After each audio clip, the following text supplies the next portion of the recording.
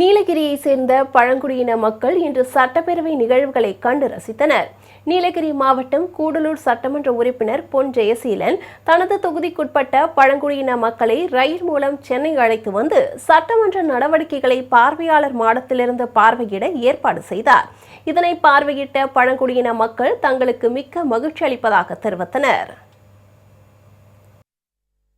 சட்டப்பேரவைக்கு வந்த இங்க வந்து பார்க்கும்போது ஒவ்வொரு கோரிக்கைகள் என்னென்ன மாவட்டங்கள்ல என்னென்ன மக்களுடைய குறைகள் என்னென்னங்கிறத நாங்க தெரிஞ்சுக்கிட்டோம். நாங்க வெளியில வந்தது கிடையாது. இந்த மாதிரி ஒரு சேர்ல உட்காந்து நாங்க எதையும் பார்த்தது கிடையாது. இது ஃபர்ஸ்ட் டைம். அதனால எங்களுக்கு ரொம்ப ஹாப்பியா இருக்கு.